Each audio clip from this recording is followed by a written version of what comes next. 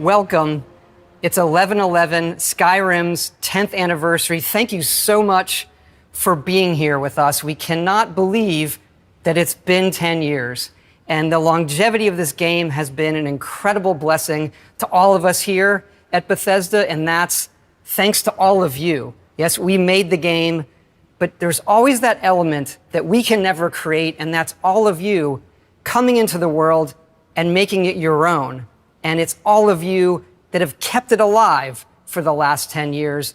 Just, it's so incredible, and we can't thank you enough for the passion and everything you've brought to the game, and that fuels us in everything that we do. When we start a game, we don't usually start with a list of features, really. We start with an experience. How do we want the player to feel when they enter the game, when they enter this world? And early in Skyrim's development, we had done a lot of concept art. We had some things running, and then we did the music. And we had pictured the Elder Scrolls theme sung by a barbarian choir in the voice of dragons. Easier said than pulled off, of course. When we got the music, we started mixing it, and even within our company and our team, we felt we might have something. We weren't quite sure how the game was going to gel together. And then we cut this trailer to the early music with the concept art and that early footage.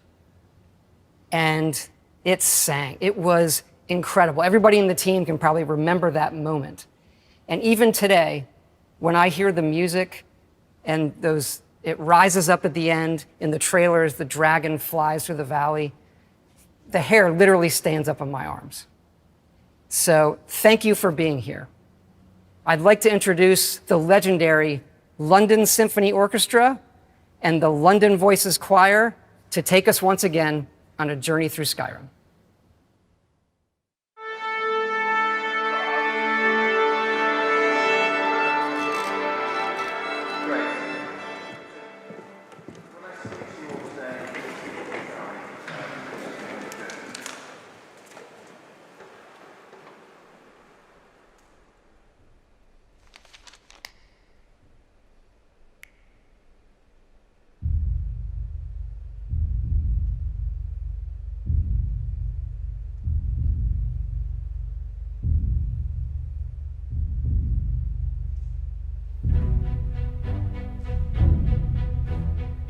There's this wide open world, and every single thing in it you can interact with. I'd never seen anything like that before. I'd never experienced that level of immersion. Just the opening, the way it pulls you in, this is better than any movie that I've ever seen. You gotta start learning about this world, because this world isn't about to teach you, because this world assumes you live in it. There's a lot of chaos, but I'm intrigued, because I like chaos. You're a god, and you don't know you're a god. And you just become stronger and stronger throughout it. I just had to have more. I had to know more, I had to see more.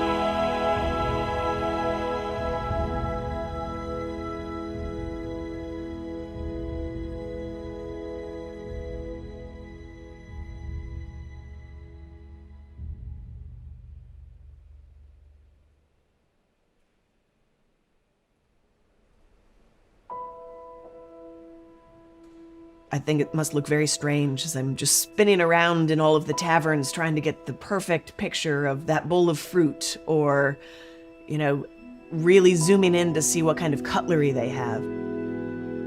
It's all these little obscure details that bring a world to life in our world.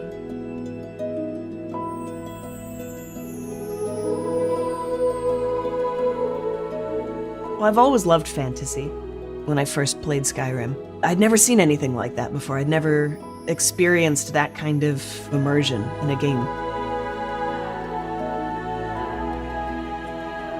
I just had to have more. If you lived in a world like Skyrim, wouldn't it be fun to make a meal from that?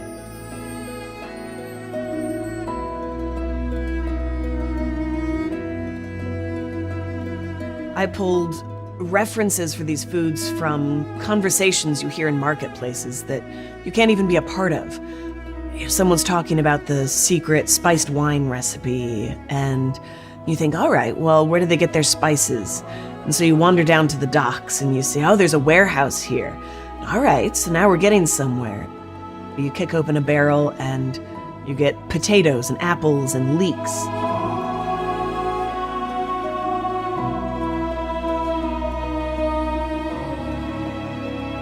We suddenly found ourselves with a cookbook deal. I could not have anticipated this is where my life would go.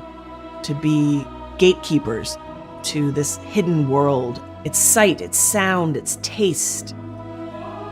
Skyrim has very simple food, but they combine for these flavor powerhouses. It's delicious.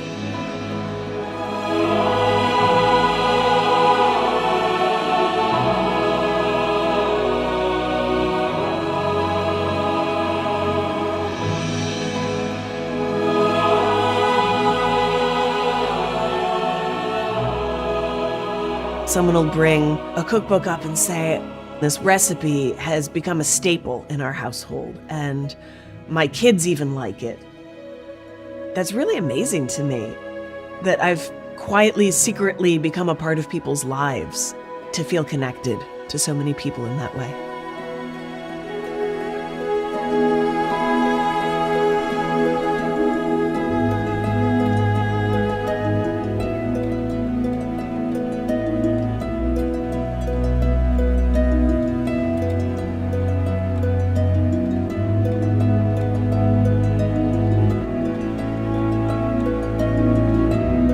In Vermont, we have a very Skyrim-y winter, so all of the photos with snow are just in my backyard.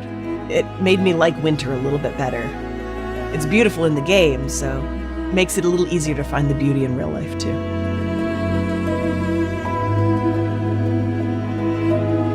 I like the meads. They're one of my favorites. The cheese and leek crostata, the sweet rolls, because you can't not make sweet rolls for Skyrim.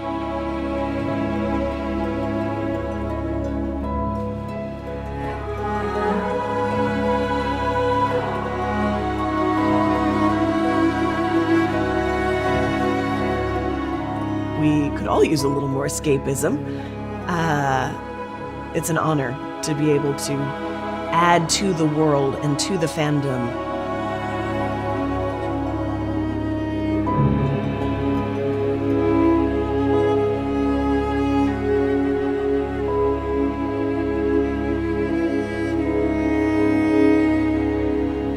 It's going to forever be a part of this fandom and the community, and it's a lot of responsibility, but I try to take it very seriously. Not too seriously.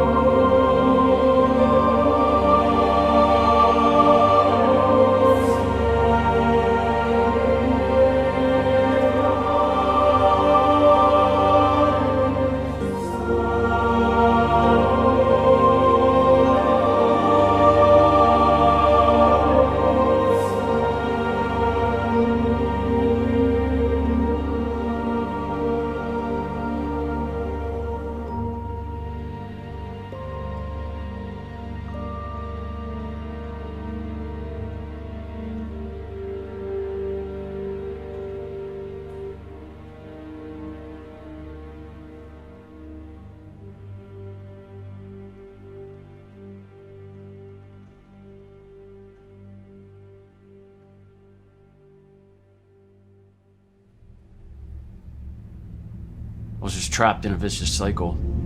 If I didn't change it, I was gonna end up dying either in a jail cell or dying in an abandoned house somewhere with a needle in my arm.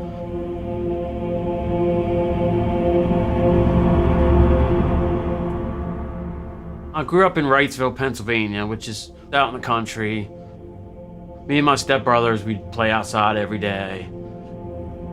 It was a good childhood.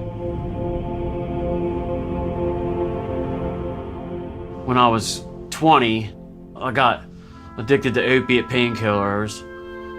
After that, it was just a slope downhill to where eventually I was shooting heroin. Put my family through hell. They had enough, they kicked me out.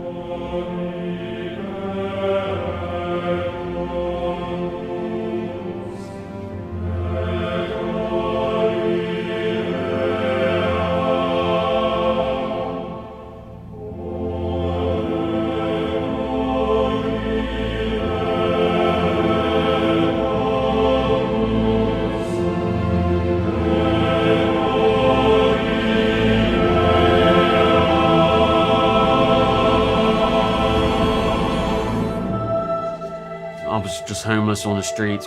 I just wanted to find a place to sleep, place to eat, and get my next fix of drugs. Day to day, try to survive, didn't have no hope for the future.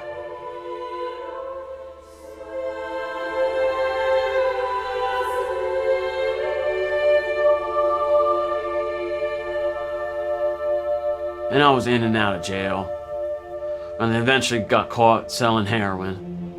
I enrolled in a drug treatment court, and they found housing for me, which was a lot of restrictions that I just was never used to before. Curfews, going to meetings, NAAA meetings every single day, chores, community service. From 7 in the morning, had to be out of the recovery house and had to be on the street looking for a job, walking everywhere till 5 o'clock at night, walking 10, 15 miles a day. So it was pretty exhausting.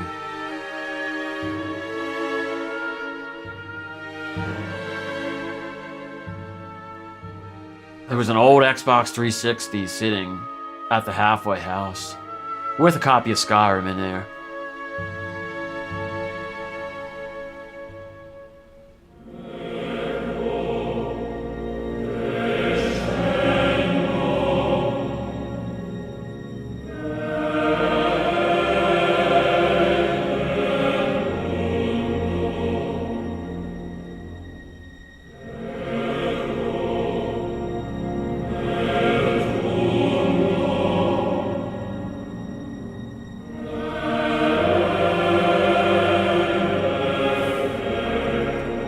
Without Skyrim, I don't think I would have stayed in recovery.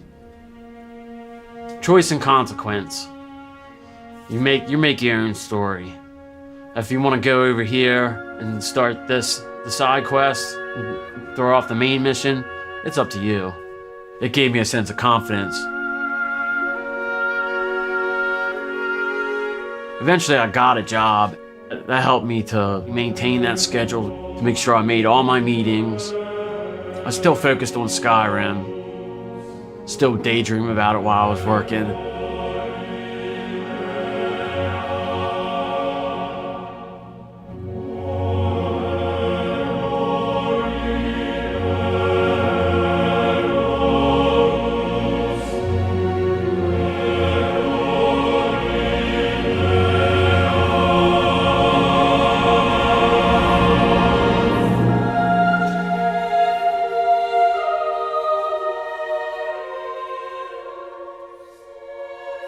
I was in several Skyrim and Fallout groups on Facebook.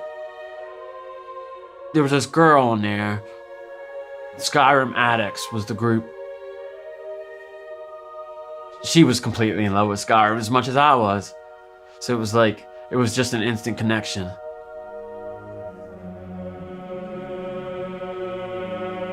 She started a new character, Khajiit, stealth archer like everyone does. But yeah, it was pretty good. 3 years later, that's my fiance.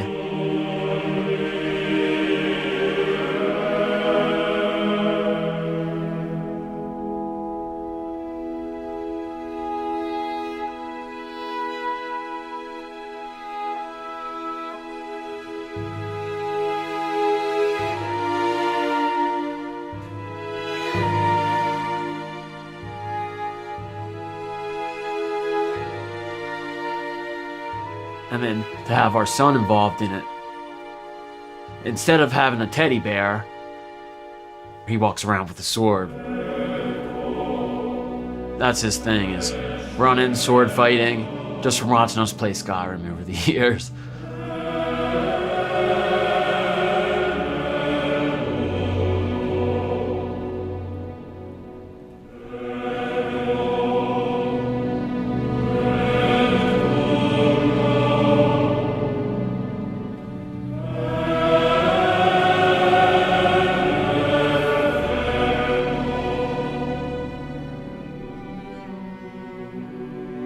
If you're addicted to drugs, you're in chains. You're bound in chains. When I decided to change my life, I was in chains, just like the start of Skyrim.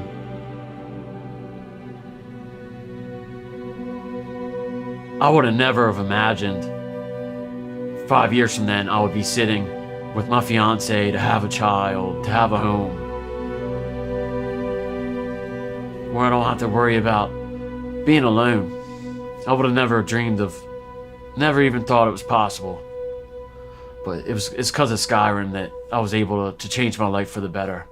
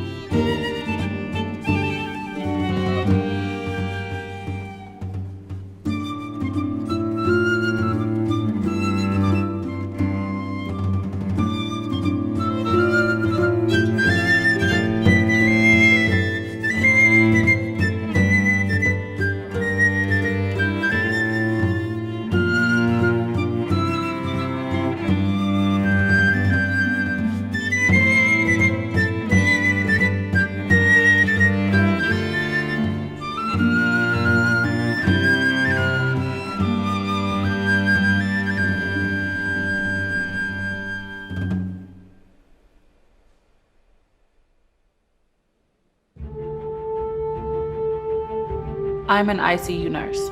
I want to bring the compassion and the love from nursing into gaming. For my birthday, my husband purchased Skyrim for me. It is different, especially since I've never played like anything like it before. And so I'm like, okay, wait, is dragons in this game? Okay, you know. That was the only game I played when I was in nursing school. It's because I'm really like into hype games, and this allowed me to calm down. To take my mind off of the stress that nursing school put on me. sort of like a ASMR type of thing when you're just listening to the river and it's like, shh, you're one with nature. You got the storyline. You can go off the side quest. You can be a thief, which me personally, that was my thing.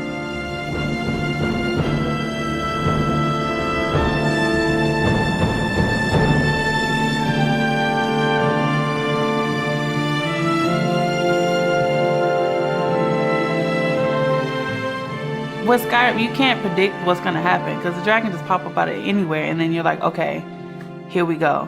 It's the same like with nursing and the patients. They're scared. You have to make sure you put your game face on.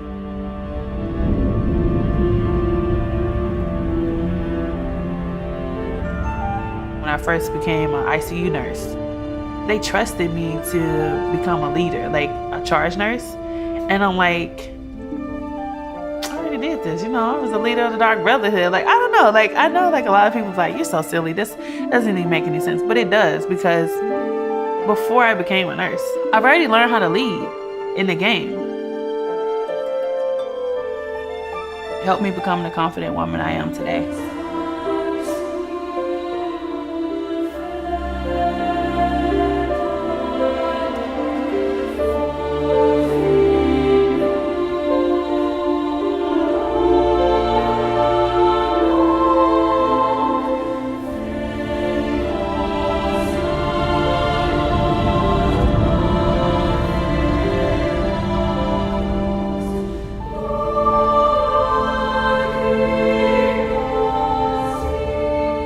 Someone we can't save, but the ones that we do, after they get better, they'll come back and I'm like, hey, I appreciate you taking care of me. You don't understand, you saved my life, you helped me. And it's just really wonderful, like, to know that you had some part in that. So, it's so hard to see all of that stuff mentally and then try to detach from it when you come home.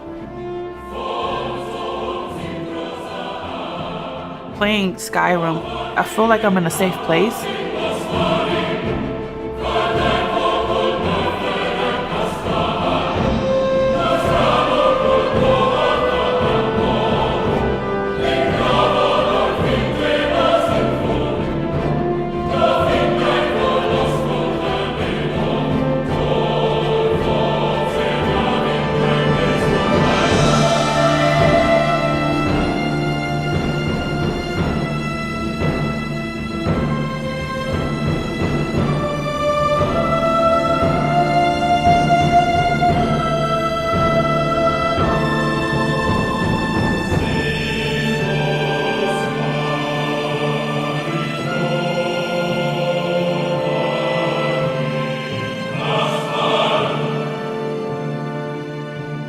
I just want everybody to see that a video game could impact my life in so many ways.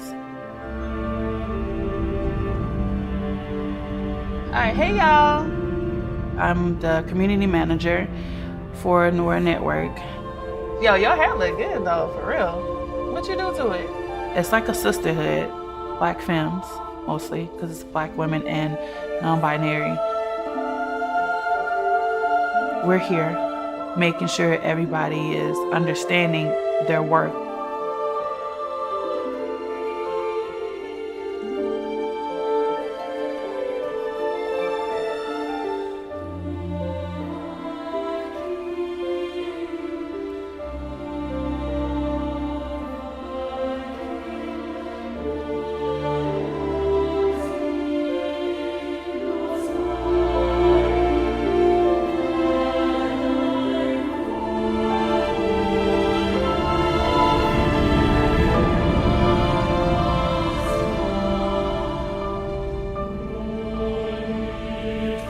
You always have that one game that actually changed everything for you. So when I found Skyrim, the creativity, the storyline, learning how to become a Dragonborn, using my powers, enhancing the powers as I use them, I'm something special. Like, out of all these people, I'm the Dragonborn. Out of everybody in the world of Tamriel, I'm the Dragonborn. Like, I'm special.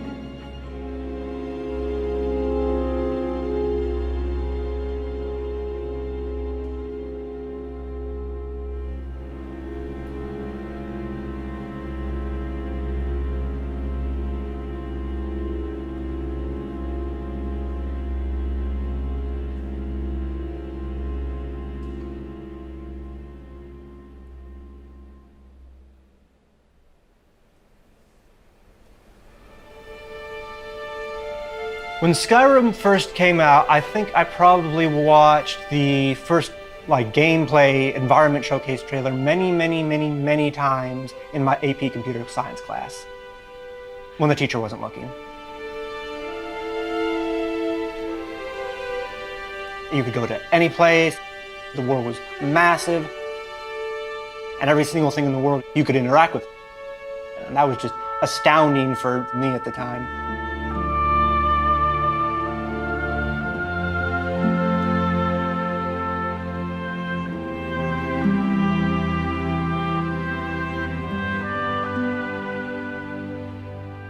When I was a kid, we weren't really allowed to play any action video games during weekdays. I got my start making custom content on Morrowind. I'm gonna see if I can go into the files and change this.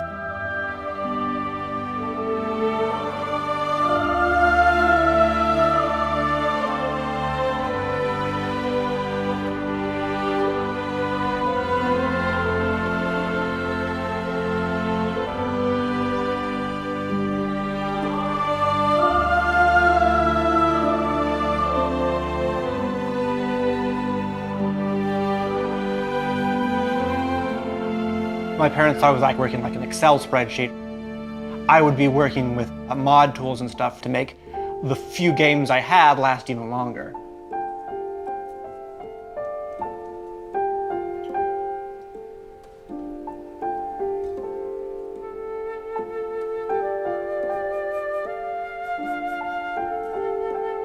I've made roughly around 40 mods for Skyrim, give or take, of various sizes.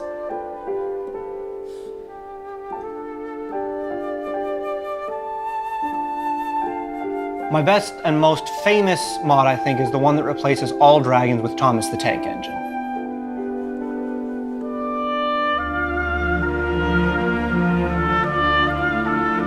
If a game doesn't have a train, I mean, is it really a game? Is it? I don't think so.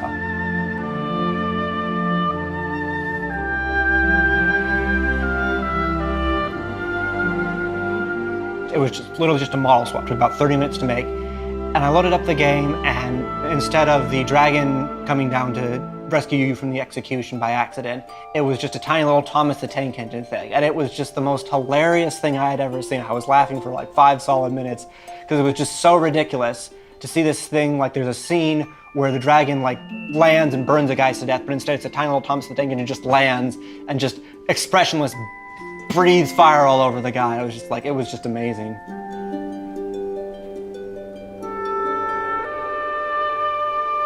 And it just exploded in ways I hadn't imagined. 3 days later, the video had reached 2.5 million views.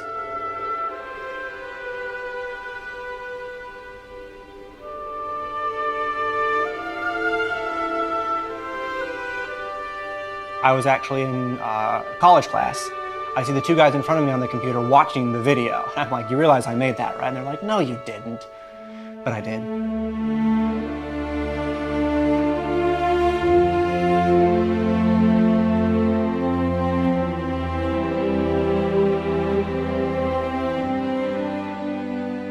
There's such a support from the developers themselves for mods and allowing mods to be done in ways that they probably didn't foresee, but they are absolutely okay with. It really gives you an opportunity to express yourself in those ways with its editing tools.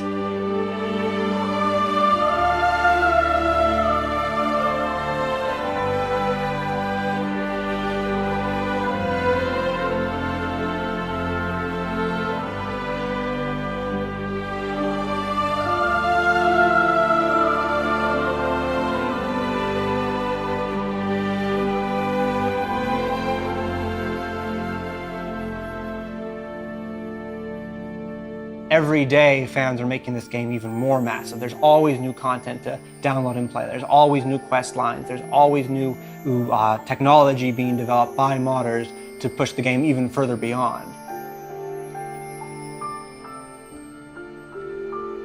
So I started my company, Pasta Space Interactive, 6 to 7 years ago. Without Skyrim, not only would I not have a career, I simply wouldn't be Trainwiz. I'd just be me. And I can't have that.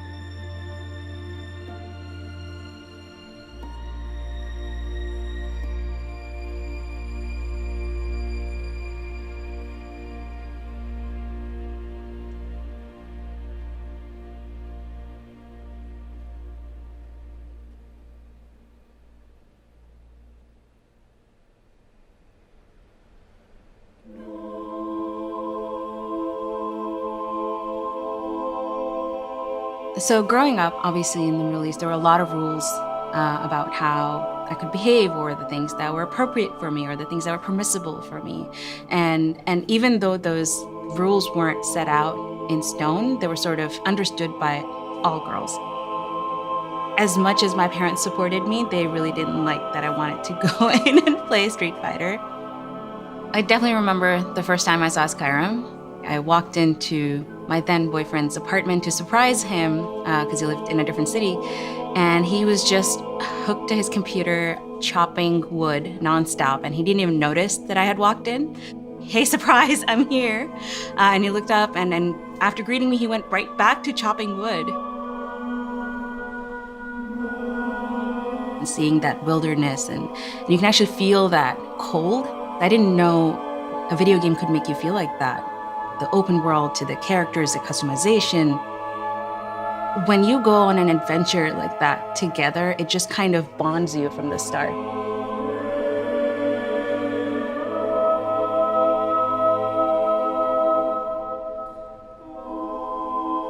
And the last time I remember feeling that way was as a child, where I was curious about things without any purpose.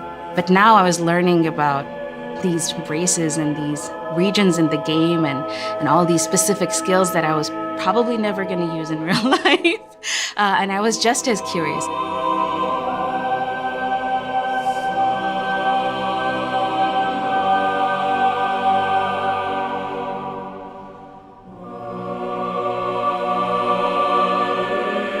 I thought I wanted to teach. Getting an education changed my whole family's trajectory. And he was like, what if you could do that through video games? You know, all these kids play games, and if you really want to teach them something, maybe you should consider making a video game. I was like, I have no idea how to make a video game. He's like, I do. And you want to teach, maybe we could try making something together. And I said yes. I said yes to many things after that. That was the beginning of many yeses after that. And we shortly got married and started a studio.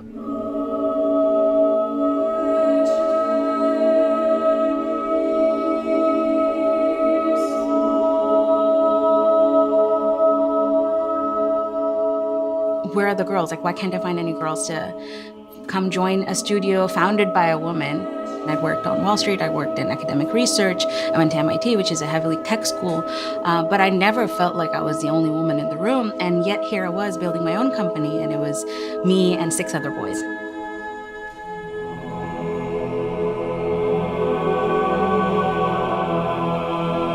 That was sort of the beginning of a social experiment that we now call Girls Make Games. We just wanted to run one summer camp and meet a whole bunch of girls who self-identified as gamers and ask them, you know, what they liked about games and whether they would consider working in the industry growing up. And it was such an emotional experience for everyone. They had found a place where they felt validated. It's hard to not be moved by that passion. And that was sort of like after the first summer, I went back to my team and I was like, hey guys, I think I'm gonna do this for a few years. And it's been 8 years since. To us, Skyrim is like that friend that brought us together, that friend that made the introduction, because we had just met and we're getting to know each other, and I was getting to know video games alongside him.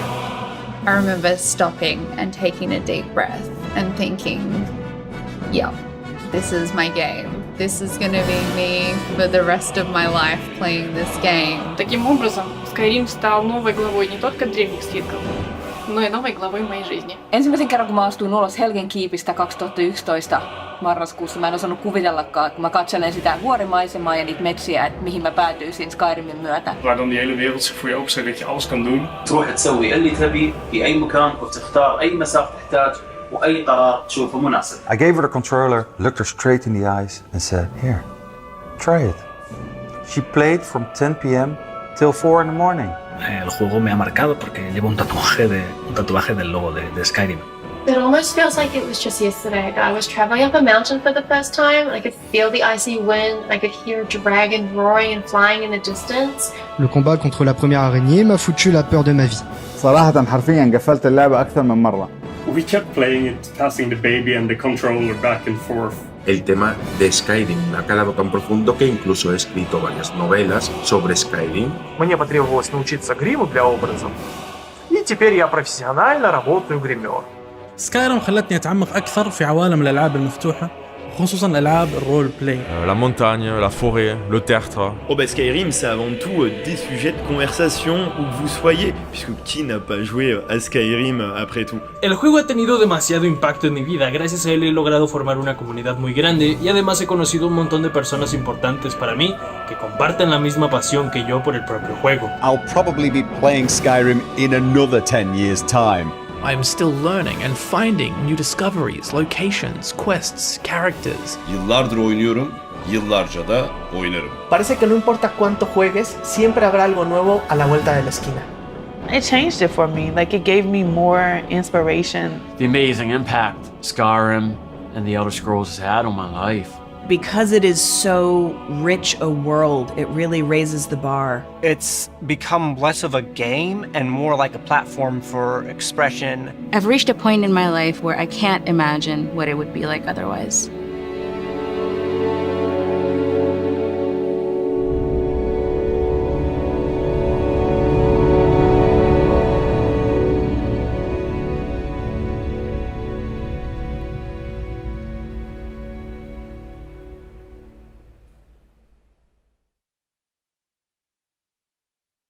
Thank you. That was incredible. And thank you again for being with us here on 11/11, celebrating Skyrim's 10th anniversary. It's just incredible. 11/11 actually has become, now a special day for us all here at Bethesda. And next year, we have our next game coming out on the same day. We have a little surprise for you. I would like to introduce our longtime collaborator and good friend, Enon Zur. Thanks so much, Todd. And yes, Skyrim, what a game. And yes, what a score. Hearing the famous London Symphony Orchestra playing it, and it's being sung by the amazing London voices, wow, that really gives me the goosebumps. Throughout the years, I got to compose so many games for Bethesda, from the Fallout series and Elder Scrolls Blades and others. I feel so fortunate and lucky to do it, and I really feel Bethesda is almost like part of my family. But now, let's take a little journey. Let's fly away from these snowy peaks of Skyrim, right into the stars.